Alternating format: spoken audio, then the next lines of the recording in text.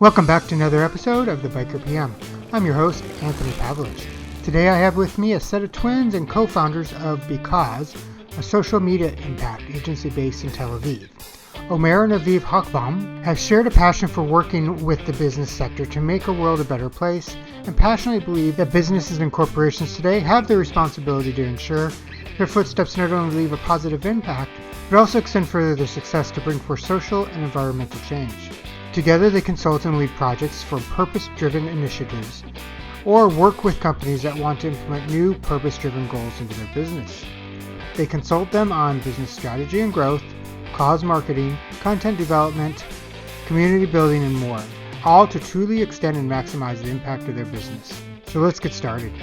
Omer and Aviv, thank you for joining me today. How are you doing? We're doing good. Doing well. Excited to be interviewed. I'm excited to have you here.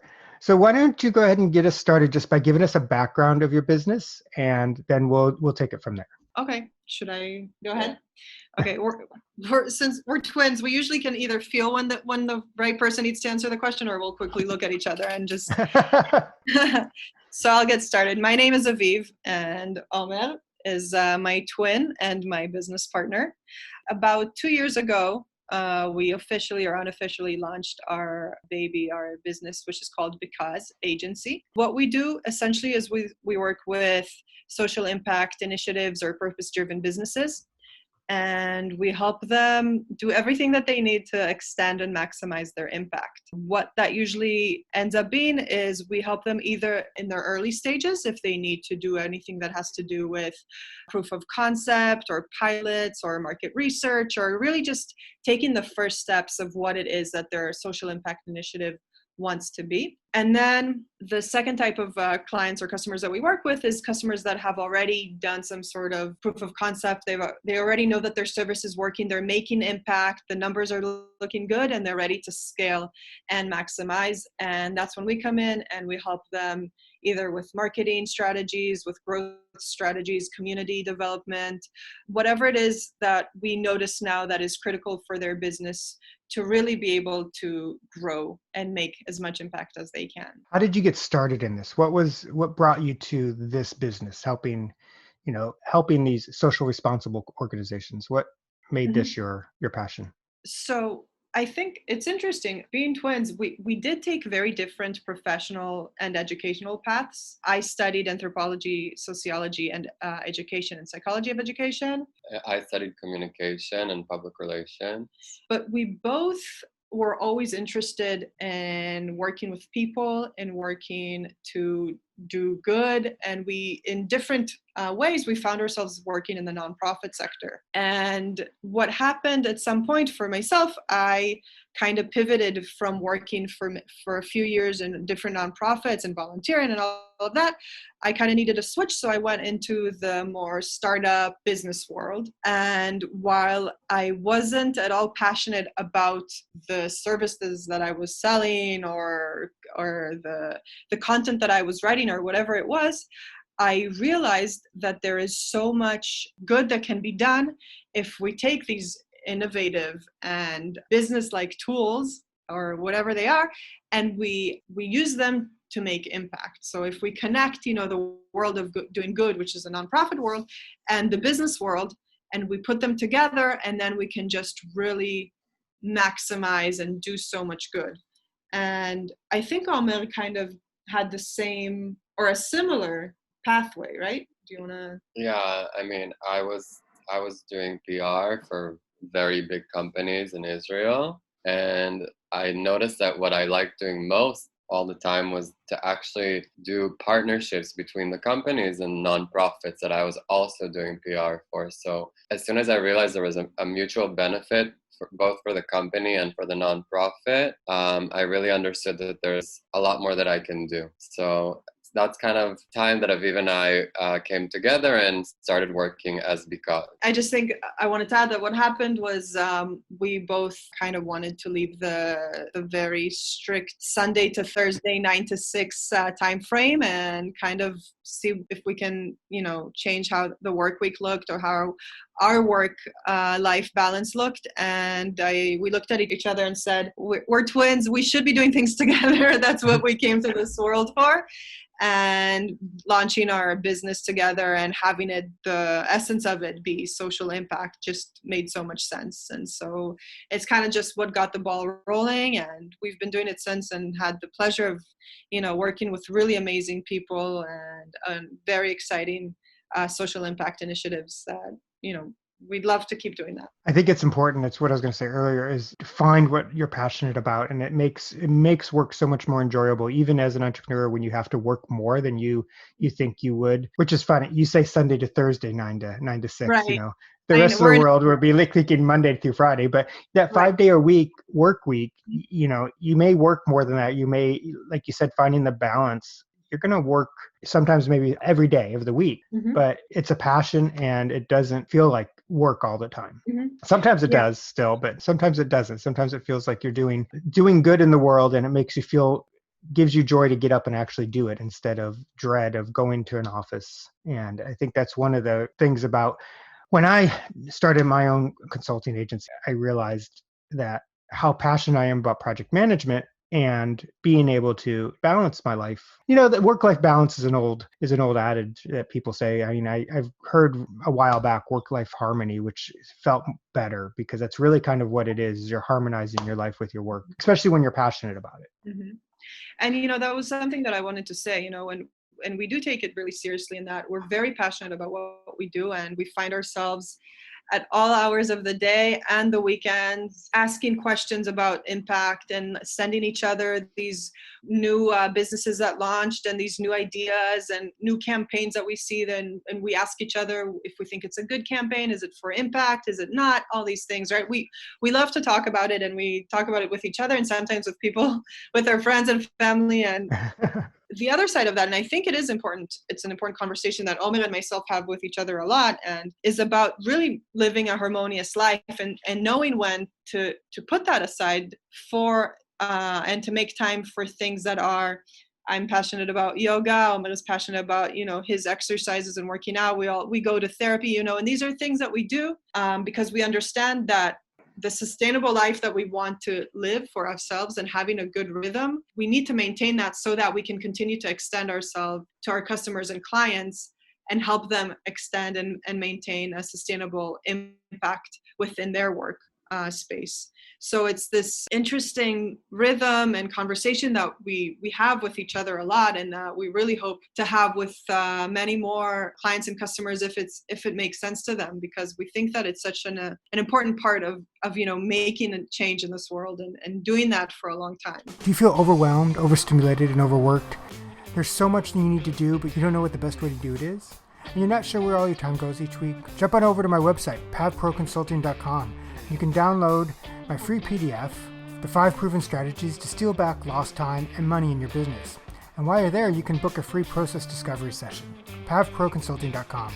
Move forward with confidence, focus, and productivity. It's actually a good leadway into a question that I want to ask, is how to get that harmony. This is one thing I talk to my clients about, and I believe for myself as well. You have to have good processes in place to run your business, because that allows you to be able to do the things you want. Like, I have a morning routine to where I get up, during the summer, it's going to be different during the winter. I let the dogs out and I'm out in the garden. I'm watering the garden. We have a huge yard, so we're growing corn, tomatoes, vegetables. And that takes up maybe a third of our yard, not even a quarter of our yard. So that's my morning routine, but you have to have processes and things in place that allow you to do that, so things are still running. How do you guys run your business, like with projects? How do you keep your projects on track? How do you keep, what types of processes have you put in place? Wow, that's a good question. So it's actually a big challenge, because there's obviously my schedule, Aviv's schedule, our client's schedule, and also us wanting to do development for our personal business as well, which is content development for Because. So I think we use project management tools. We have different boards for each client, and we also have boards for our personal business, which is different tasks that we're doing to develop Because. And I think it's really a matter of practice what you preach. Like, the way we work with our customers is we try to be as open and as clear as possible as to what our game plan is, and create a timeline together with them of what it is that we're trying to achieve. And I think that as successful as we are doing that, which is communicating with them where it is we want them to go, and the rhythm and the process, we have to do the same with ourselves, and then really see that everything aligns. So we just make it as clear as possible what our plan is and where we want to go, and always stick to timelines, and try to have goals as to when we want to achieve things. And we do this A, with ourselves, and B, with our clients. So that's kind of how we mesh everything together. And I mean, we a lot of times have a very big challenge, which is the very basic thing is that we often work with clients in the United States. So we have to be even more clever about how we manage the time, because we have less time with them. So that's why we have to be very, very specific, and also communicate all the time, so that there's no, surprises, or that we don't get to like crunch time and we're still not ready to go. So that's basically how we do it. I think that also, on top of that, what comes to mind just from us working together for so long now is that we also allow ourselves to be very dynamic and flexible with things. And what I mean when I say that is that we have, Omer and I, other than, the time that we spend working alongside each other or next to each other or during the week, we make sure to always have, the work week in Israel starts on Sunday, so it's a Sunday meeting, and it ends on a Thursday, so it's a Thursday end of the week meeting. And the first meeting is really to talk about what we plan for the week ahead, and what we see that is on our priority, at the top of our priority list, what we want to focus on for our clients and to be aligned, and to not have to eliminate as many surprises as possible. And at the end of the week, our Thursday meeting, our personal happy hour is sometimes Omer is sweet and he goes to buy us ice cream. It's very nice. But what we do on Thursday is we look at the week that was, and we say, okay, what happened? What didn't really happen? What was good? What wasn't? What are we planning for next week? What do we want to focus on? And I think when Omer said communication, that was really, the top of it. Other than, having all these great project management tools and to automate, I think that communication is always key to everything. So that's what it comes down to. I teach project management in a college here in Mississauga. I live in Mississauga, which is right outside of Toronto. Mm-hmm. I will tell my students, like, I have two pet peeves when it comes to project management. It's communication and project and scope creep. So, not controlling scope and not communicating really plays a big role in that, because as long as you can communicate well, and as long as you communicate consistently, they say in a timely manner, projects can overcome just about any obstacle, any roadblock that's going to happen, because you can prepare for it, you can communicate how are you going to resolve it, and then make a plan to correct or change, whatever the case may be.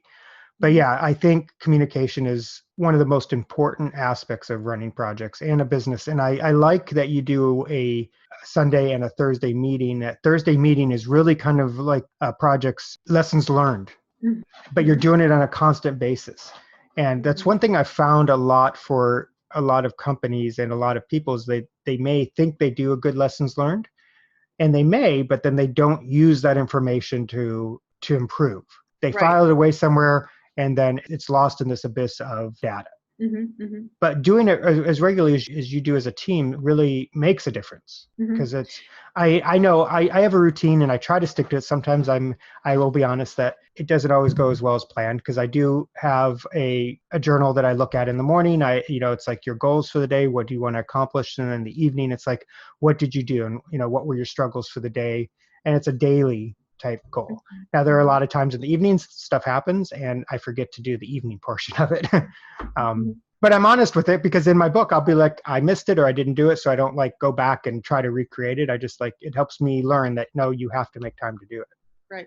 I like that you said that communications is really one of the things that can ensure the success of any project or overcoming any hurdles. And I wanted to say that I've learned a lot from working with my twin brother, and we constantly work with each other, or we constantly learn from each other. There's, I think that we didn't know just how much, we would meet when we kind of came together in this business partnership. And we're both, I think, very thankful for that. I think one of the things that I learned from him when we just got started, it has to do with communications, is, a few years back when our business was just getting started, there's so much, you want so much to impress your clients and to always make them happy, right? Because these are your first customers. If you make them happy, it's going to ensure that the success of this project and also the coming of more clients down the road. And when it would happen, because life, and it happens that plans don't always go, or things don't go how you planned, and that we would have to come to this point where we need to communicate, hey, we're not where we thought we would be, or the project isn't going in the best direction that we hoped, the numbers aren't as good as we wanted to see. And when we would come to these points, I know that it was harder for me to communicate that, because I was worried about how the customer would respond. And Omer was very good about reminding me that as long as we communicated, and as long as we communicated on time, that's the best thing we can do, right? And to always give ourselves room for our strategy to not be 100% how we wanted it to be, but that communication was always going to be the thing that will ensure our customers trust us and know that even when things don't go 100%, we're there to say it and to own it, or to be like, hey, we're catching this on time and we need to talk about this, even if it's not the best conversation that we're going to have today. And this is what we're going to do to make it better. Yeah, it's that integrity and trust that you build with them. And they're going to know that you're not going to pull the wool over their eyes, as so to speak, as people would say, right, to make things look better than they are, and that you're there for their best interest and not your best interest. And that's, and especially in your business where you're trying to help these socially responsible companies make an impact, it's important that they understand that you're trying to help them. Right. So what you've said, okay, we know you're using these project management tools. You have all these different boards for customers, for you. Have you done this since the beginning? Is this something you took from your corporate world, or did you try other things in the beginning that you're like, maybe this will work, but it doesn't? I mean, I think we both had experience in the corporate world, so we come with like that kind of experience, which is really to create boards, create tasks, have ownership for each task, and timelines and due dates. And I think it works for us. There's a lot of projects that we work on together, so we need to split the responsibilities, and we need to know exactly who's doing what. So as we do this clearly, it's really a successful process. Thanks for joining us for another episode of the Biker PM. Don't forget to subscribe and leave a comment. I'd love to hear what you think. And remember, if you're an entrepreneur that wants to be with like-minded individuals and improving their project management skills, join the Biker PM Facebook group. Until next time.